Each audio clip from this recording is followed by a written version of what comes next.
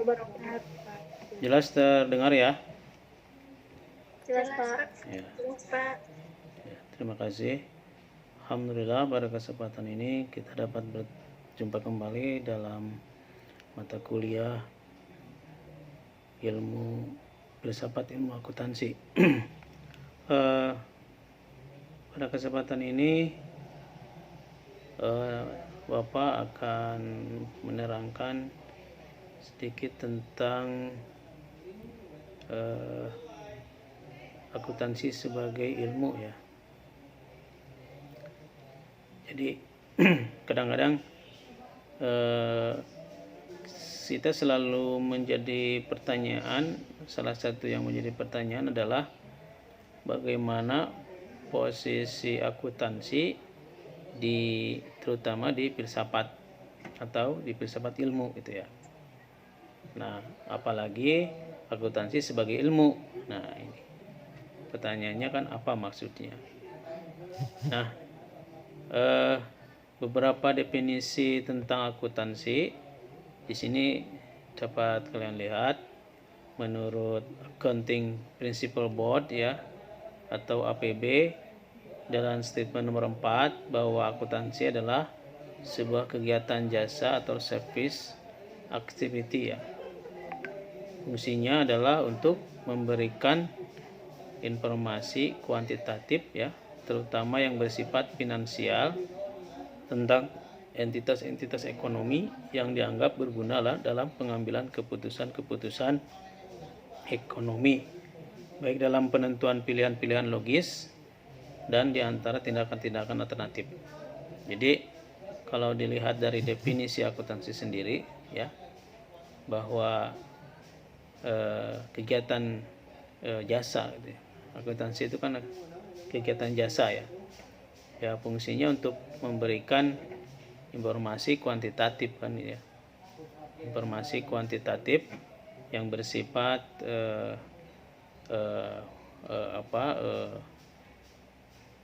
statistik ya, yang bersifat angka gitu ya. Terutama yang tadi terutama di dalam bidang-bidang finansial ya.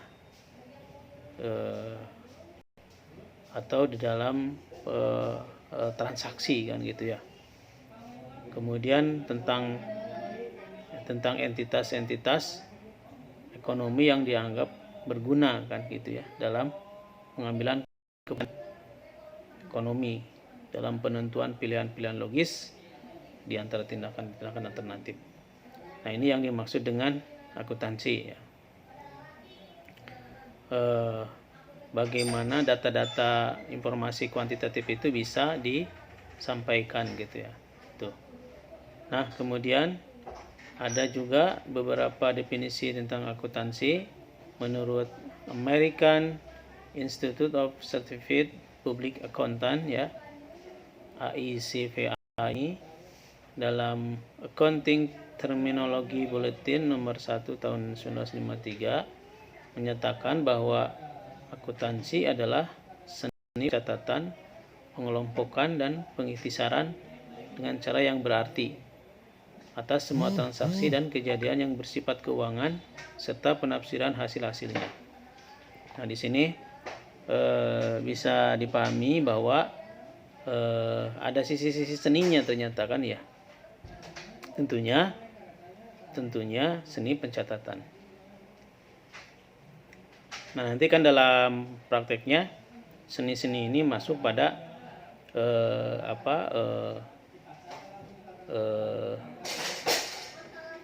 ada logika kan ya, ada etika, ada estetika. Nah, ini masuk pada estetika ya. Akuntansi adalah estetika ya, estetika penulisan gitu, pencatatan, pengelompokan, kemudian diikhtisar ya dengan cara yang bermanfaat kan itu untuk semua transaksi ya, semua transaksi dan kejadian yang bersifat keuangan serta penafsiran hasil-hasilnya. Artinya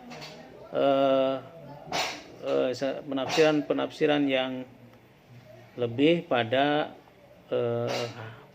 penafsiran hasilnya gitu ya. Di sini penafsiran di sini bukan pemaknaan yang di luar dari apa yang dicatatkan kan. Tentunya harus sesuai dengan apa yang dicatatkan kan gitu. Penafsiran hasilnya itu. Nah, itu.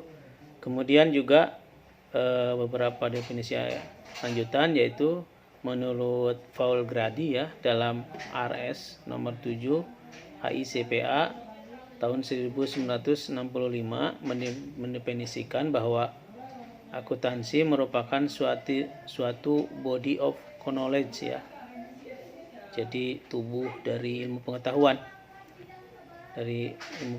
Serta fungsi organisasi yang secara sistematik ya, orisinal dan autentik, mencatat, mengklasifikasikan, memproses, mengikhtisarkan, menganalisis, menginterpretasikan seluruh transaksi dan kejadian serta karakter keuangan yang terjadi dalam operasi entitas akuntansi dalam rangka menyediakan informasi yang berarti yang dibutuhkan manajemen sebagai laporan dan pertanggungjawaban atas kepercayaan yang diterimanya.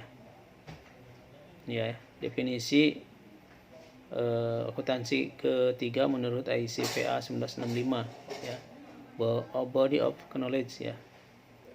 Ya, kalau tadi seni gitu ya. Kemudian body of knowledge ya. Terus business ya tadi ya yang pertama. Ya. Kemudian juga ada menurut Kieso and Huygens. Nah, kalau menurut Kieso and Huygens ini adalah sistem informasi ya. Akuntansi adalah suatu sistem informasi yang mengidentifikasi, mencatat, dan mengkomunikasikan kejadian ekonomi dari suatu organisasi kepada pihak yang berkepentingan. Gitu ya. Jadi ini ada 4 ya. Nih.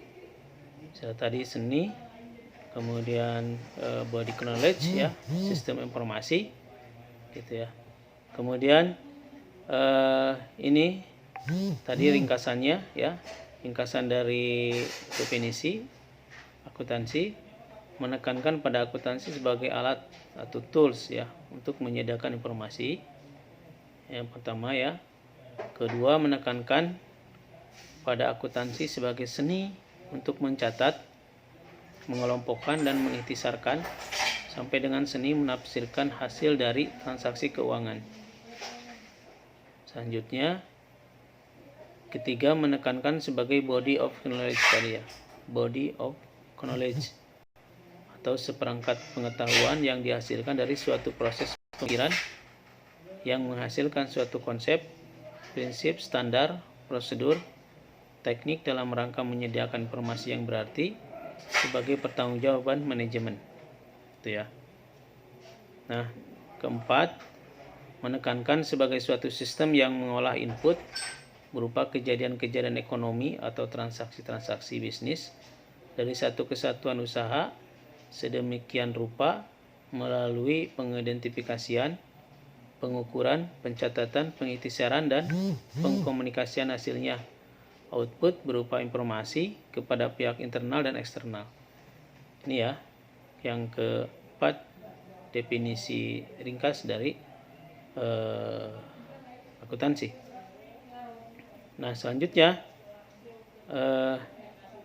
dilihat dari berbagai definisi di atas tadi, maka sebenarnya akuntansi dapat dikatakan sebagai seperangkat pengetahuan.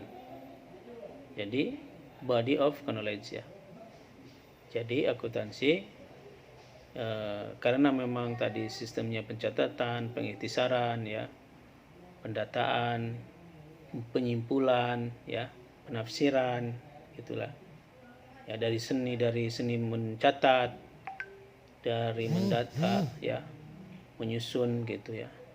Maka kesimpulannya adalah akuntansi dapat dikatakan sebagai seperangkat pengetahuan atau body of knowledge.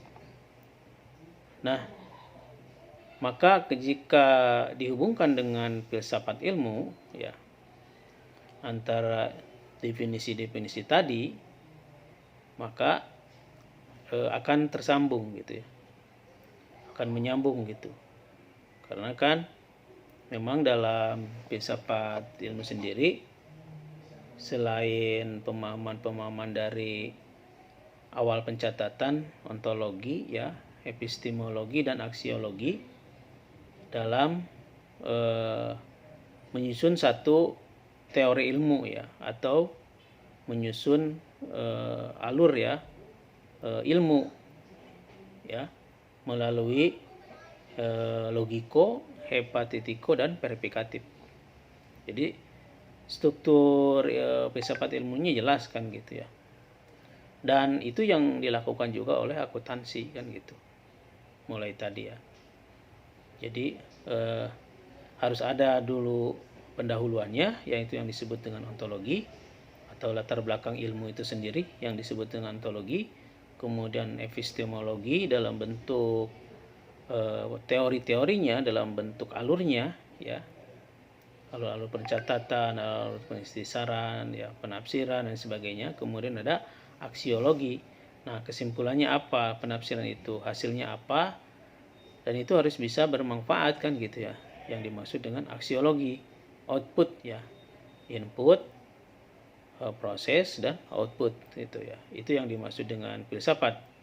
Karena pada prinsipnya filsafat itu tadi menggabungkan antara logika, etika dan estetika itu menjadi sebuah norma ya, norma yang berlaku pada masyarakat, norma yang ada di masyarakat sehingga bisa dipahami untuk dilakukan, dipelajari, dilaksanakan dalam tadi, baik itu dalam sisi ekonomi maupun sisi sosial. Nah itu maka tadi apa hubungan antara ilmu filsafat akuntansi dengan filsafat ilmu? Maka jika digabungkan body of knowledge tadi ya, body of knowledge tadi dalam definisi akuntansi tadi, maka muncullah knowledge, pengetahuan merupakan bagian dari ilmu sains ya. Karena knowledge sendiri merupakan bagian dari ilmu pengetahuan ya, bagian dari ilmu ya, bagi pengetahuan sains. Nah, maka pengetahuan yang diperoleh dengan menggunakan metode ilmiah dapat dikategorikan kepada pengetahuan yang bersifat ilmiah atau pengetahuan ilmiah atau ilmu ya. Maka knowledge tadi, body of knowledge tadi masuk pada bagian dari ilmu kan gitu ya. Jadi akuntansi merupakan bagian dari ilmu gitu ya, dari ilmu pengetahuan, karena memang diperoleh menggunakan metode ilmiah kan gitu tadi. Metode ilmiah tadi apa prosesnya tadi? Ontologi, epistemologi dan aksiologi. Bagaimana proses itu diawali, kemudian mana proses itu berjalan, dan aksiologi bagaimana proses itu atau proses pencatatan tadi, bagaimana latar belakang proses pencatatan tadi itu yang disebut dengan ontologi, kemudian bagaimana tahapan proses itu dilakukan dalam epistemologi, dan bagaimana hasil ya dari pencatatan itu dinamakan dengan aksiologi. Nah, itu adalah merupakan rangkaian sains ya, rangkaian ilmu pengetahuan. Nah, karena itu bersifat ilmiah.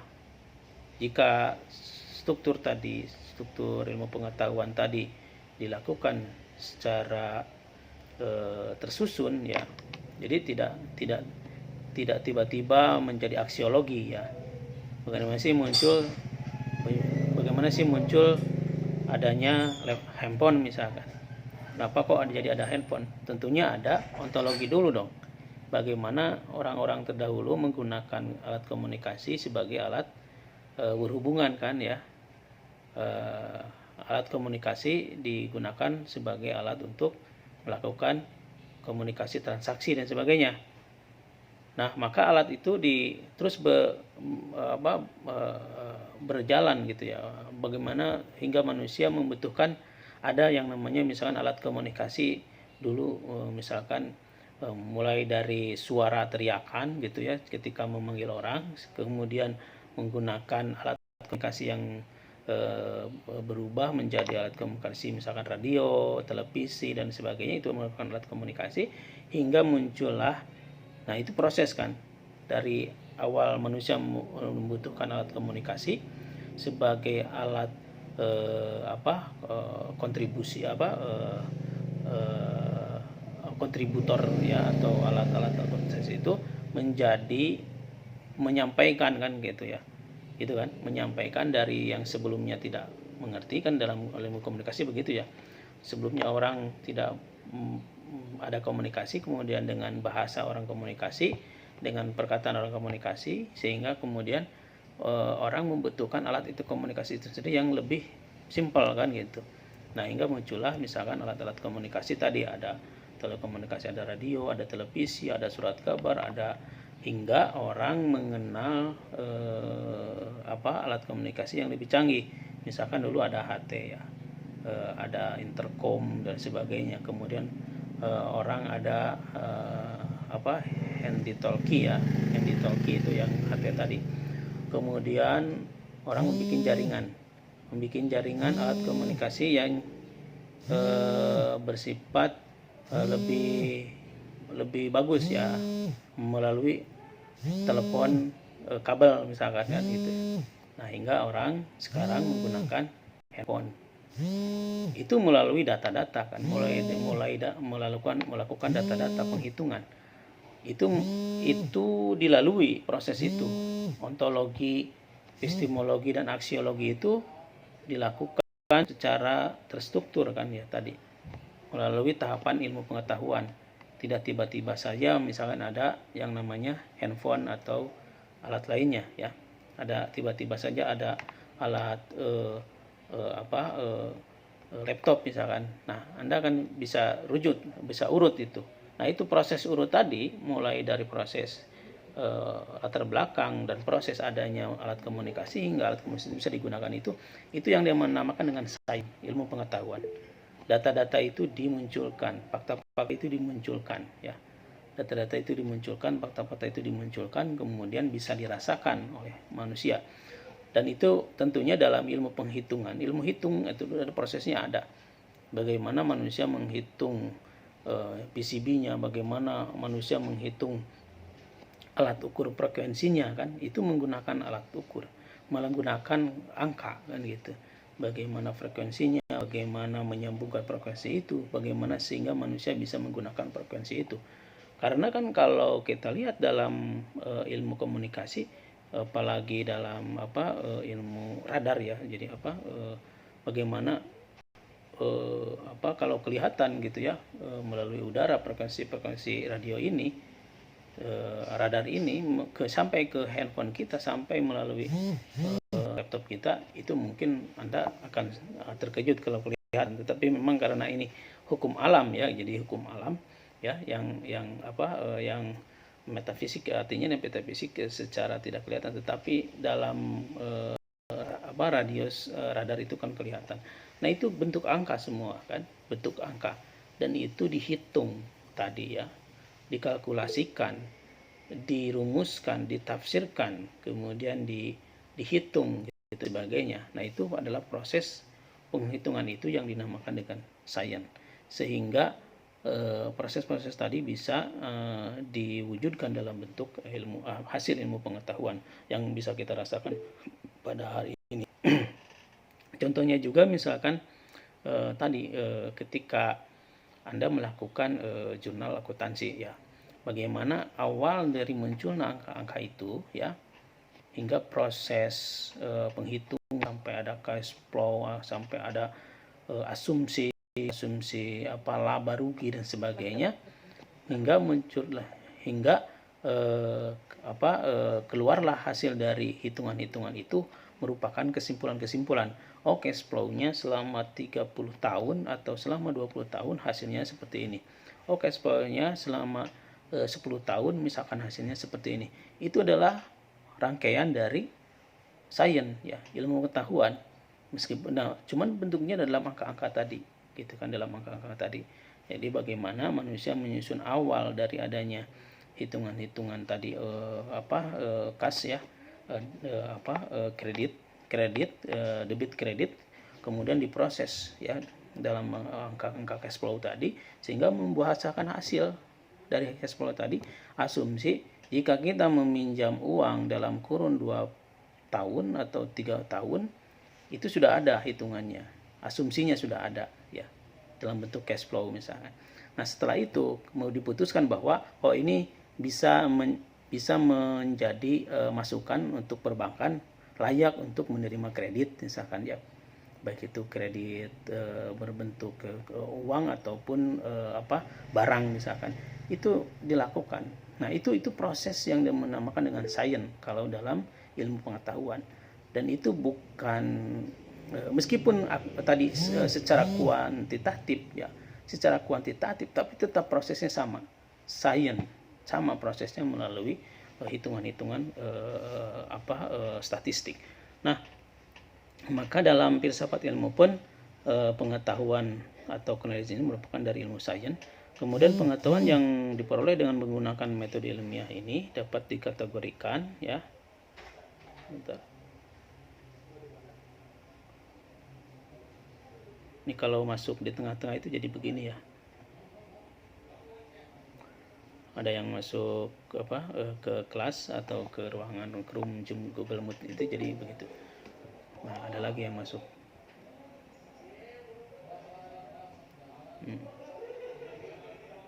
Ya, jadi begitu ya. Bagaimana pengetahuan knowledge itu merupakan bagian dari sains. Kemudian pengetahuan yang diperoleh dengan menggunakan metode ilmiah dapat dikategorikan kepada pengetahuan yang bersifat ilmiah atau pengetahuan ilmiah atau ilmu. Nah tadi jadi proses tadi ya, karena memang prosesnya ilmiah, jadi tidak tiba-tiba saja ketika perbankan mau mengeluarkan kredit itu tiba-tiba saja kan gitu, tapi tetap harus ada proposalnya kan. Saya cukup dengan kata-kata saja kan ke bank itu, misalkan kalau kita mau kredit ya nggak bisa begitulah ya, tetap prosesnya adalah melalui pengajuan proposal tentang kondisi keuangan kita kan gitu tadi, bagaimana cash flow-nya, bagaimana laba rugi bagaimana asetnya, bagaimana debit kredit, alur kas tetapnya, kas keluarnya kan gitu, itu harus disesuaikan gitu, sehingga ketika bank menganalisis itu, karena ini metodenya sudah metode sains, metode ilmu pengetahuan, maka itu menjadi rujukan bahwa ya ini layak untuk menerima kredit kan gitu. Itu yang dimaksud dengan alur dari sains tadi ya, ilmu pengetahuan. Nah kemudian akuntansi belum dapat dikategorikan sebagai ilmu dalam arti ilmu pengetahuan murni. Nah, kenapa sampai mengasumsikan, mendefinisikan, mengkategorikan sebagai ilmu dari ilmu murni? Artinya ilmu-ilmu murni itu kan dasar ya. Ilmu-ilmu murni itu dasar. Jadi kalau kita berbicara masalah misalkan filsafat, ilmu ilmu agama, filsafat, ilmu pendidikan misalkan, filsafat ilmu fisika misalkan, terus kemudian filsafat ilmu, nah ini masuk pada nanti ada filsafat ilmu matematika. Nah, karena memang ilmu murninya adalah matematika, maka bagian dari ilmu matematika adalah ilmu akuntansi kan gitu ya. Nah, kenapa bukan artian ilmu pengetahuan murni? Karena memang bukan induk atau ilmu inti gitu ya. Tadi bukan ilmu biologinya gitu kan, biologi itu dibagi lagi cabangnya kan gitu. Ilmu agama itu ada ilmu filsafat itu, filsafat agama itu kan macam-macam, nanti filsafat agamanya apa saja kan gitu. Nah ini kenapa ilmu akuntansi belum dapat dikatakan sebagai ilmu dalam artian ilmu pengetahuan murni, tetapi bukan semata-mata sebagai pengetahuan teknik atau mekanik ya, karena di dalamnya terdapat konsep-konsep yang fundamental, prinsip dan standar. Jadi di dalamnya itu ya, karena memang ini bukan teknik dan mekanik ya. Kalau teknik kan mesin gitu ya, permesinan gitu ya, mekanik mesin kan. Nah kalau karena ini, karena bentuknya adalah konsep-konsep nilai angka ya, yang fundamental, yang sangat penting sekali, maka prinsip dan standar yang dihasilkan dari suatu proses pemikiran yang ilmiah atau menggunakan metodologi yang ilmiah. Nah, maka dibutuhkanlah proses pemikirannya itu yang ilmiah tadi. Proses ilmiah, maksud di proses ilmiah adalah proses bagaimana kita menganalisis dari kelayakan keuangan tadi menjadi ukuran, menjadi pertimbangan apakah proses tadi masuk pada proses ilmiah atau bukan, kan gitu. Maka menggunakan metodologi ilmiah ini yang dinamakan kan tadi dengan asumsi statistik, ya, statistik angka, kan gitu. Tuh. Nah, selanjutnya, nah ini pengertian ilmu. Menurut filsafat, ilmu merupakan pengetahuan yang diperoleh secara sistematis tadi, ya, dan dihasilkan dari suatu proses pemikiran yang ilmiah atau dihasilkan dari suatu penerapan ilmiah. Nah, ini kita kembali lagi ke ilmu sebagai filsafat ilmu, kan gitu, ya. Mohon maaf, ini ada yang masuk lagi. Ya. Jadi menurut Yuyun Surya Sumantri, ya, ini kalau ditulis dalam bukunya disebut Jujun, ya. Jujun Surya Sumantri, tapi dibacanya Yuyun.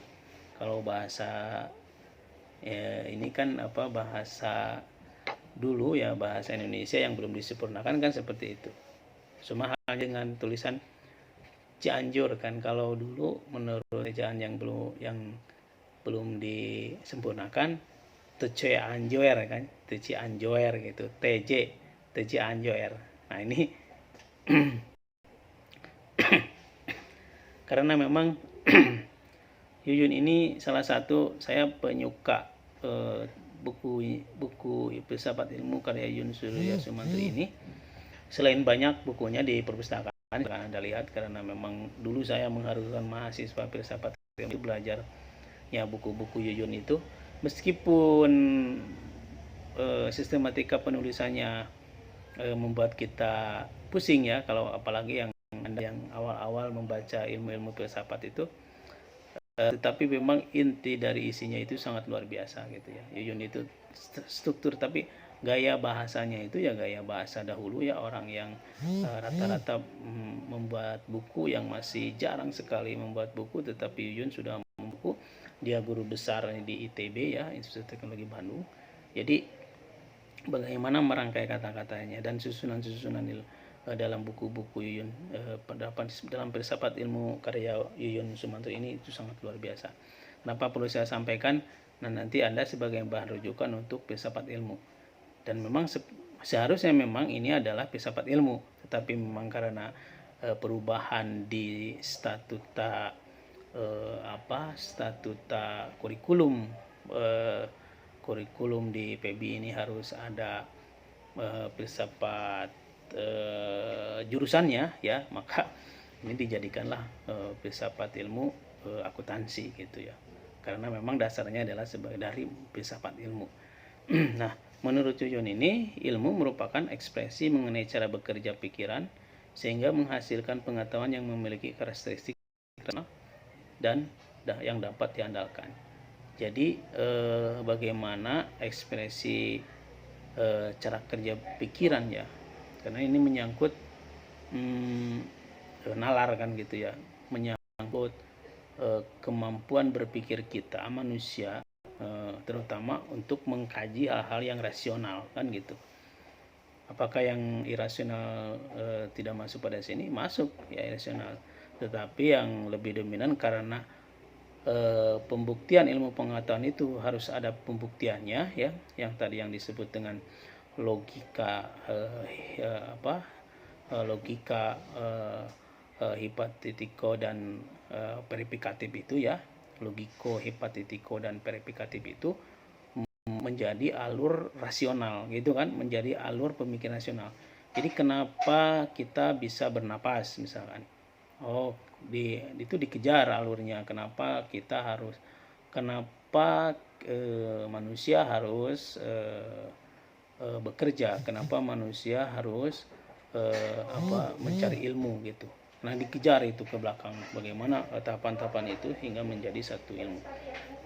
Nah, menghasilkan pengetahuan pekerja pikiran yang menghasilkan pengetahuan yang memiliki karakteristik rasional dan yang dapat diandalkan. Harus rasional, rasionalistik ya, rasional.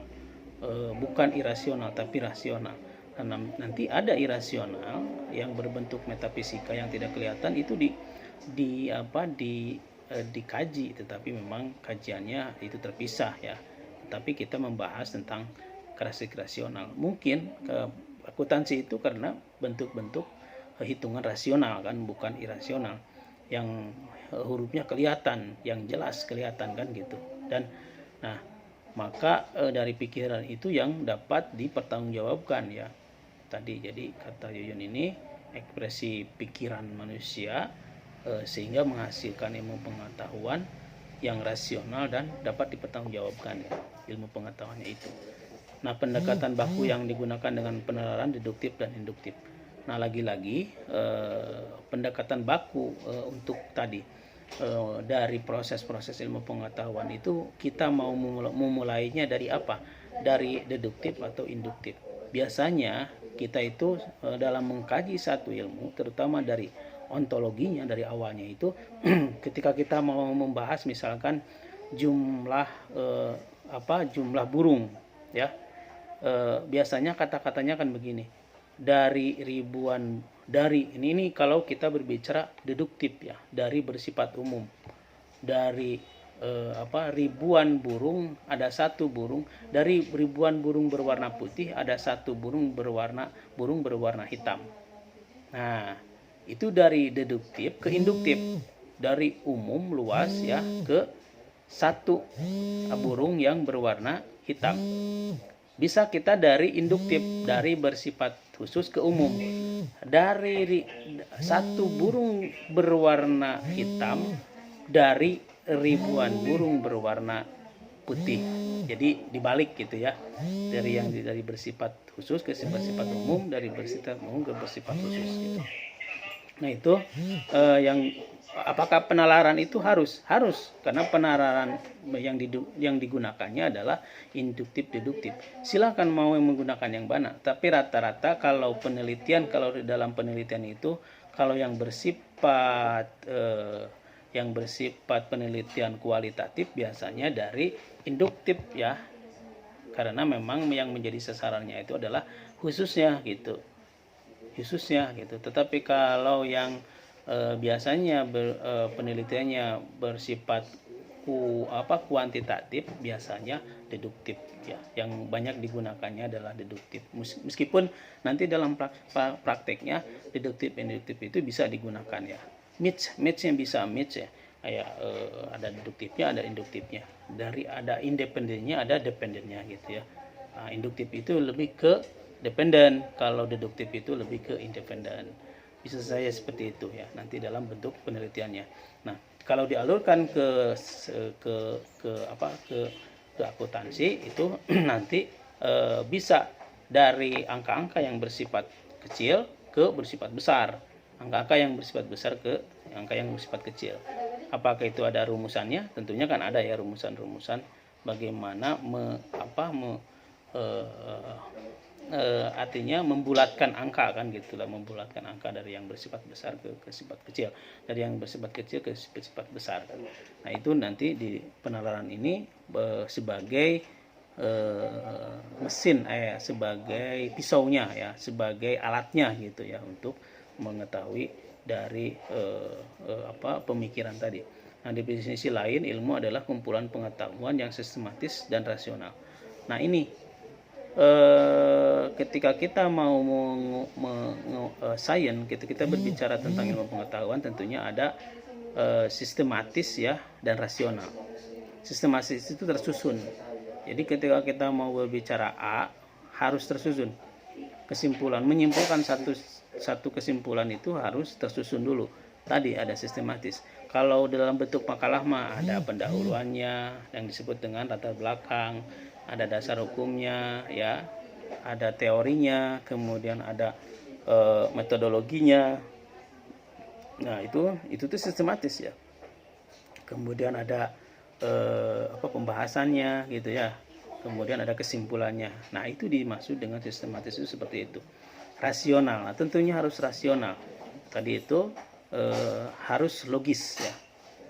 Harus hepatiko dikaji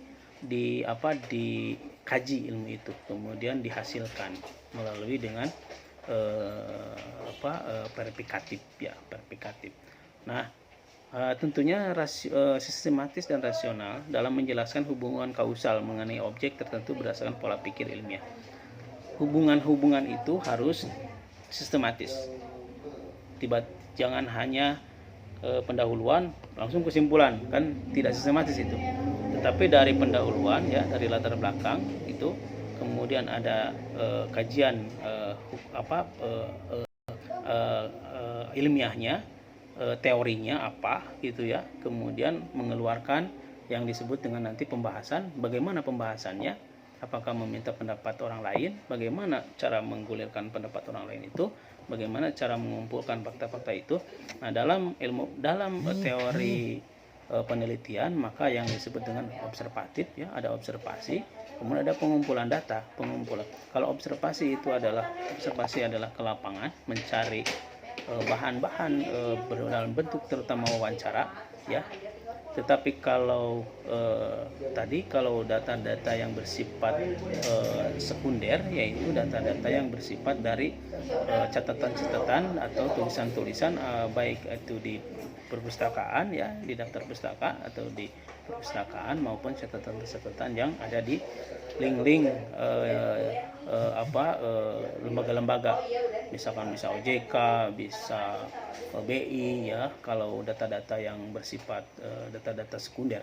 Nah, tadi kalau data-data yang bersifat primer itu maksudnya tadi adalah data-data yang bersifat wawancara observatif. Jadi bagaimana hubungan-hubungan itu di dalam tadi, misalkan satu penelitian tadi yang pembahasannya, kemudian bagaimana kesimpulan akhirnya. Menggabungkan pembahasan itu juga menggabungkan antara fakta di lapangan, hasil wawancara, kemudian digabungkan dengan yang namanya teori dan latar belakang, sehingga menghasilkanlah kesimpulannya. Kesimpulannya A itu seperti ini, kesimpulan B-nya itu sesuai dengan rumusan masalah. Rumusan masalah ada 3, maka kesimpulannya juga ada 3. Rumusan masalah ada 2, kesimpulan juga ada 3. Itu yang dimaksud dengan sistematis, rasional, menghubungkan kausal ya, kausalitas itu hubungan antara satu bab dengan bab yang lain, antara objek tertentu dengan objek yang lain. Nah, berdasarkan sains, berdasarkan pola pikir ilmiah. Nah, pola pikir ilmiah adalah yang menggabungkan pemikiran rasional yang ada dalam dunia abstrak. Ya, pola pikir ilmiah itu karena tadi bersifat ilmiah, maka digabungkanlah pemikiran-pemikiran rasional itu terutama di dunia abstrak yang kelihatan, abstrak world gitu. Benda-benda yang kelihatan atau fakta-fakta yang ada yang kelihatan oleh mata, kemudian dan dunia empiris. Nah, empirik ini adalah dunia yang secara fakta-fakta, data-datanya ada, kemudian bisa dikumpulkan. Empirik itu satu benda, 2 benda, 3 benda, kemudian digabungkan, ya, itu kan empirik ya, dalam dunia nyata atau real world gitu ya, jadi dunia nyata gitu itu. Nah, kemudian pengetahuan merupakan hasil penyerapan indrawi yang menjadi dasar manusia dalam bersikap dan bertindak. Nah, pengetahuan juga merupakan hasil penyerapan indrawi ya, yang menjadi dasar manusia dalam bersikap dan bertindak. Sehingga ketika sudah menghasilkan kesimpulan ya dari tadi aksiologi tadi, maka apa yang bisa dirasakan, apa yang bisa dimanfaati oleh masyarakat kan gitu ya, oleh manusia untuk selanjutnya melakukan sikap atau bertindak ya. Maka ilmu merupakan bagian pengetahuan yang berfungsi untuk menjelaskan mengenai fakta atau fenomena alam.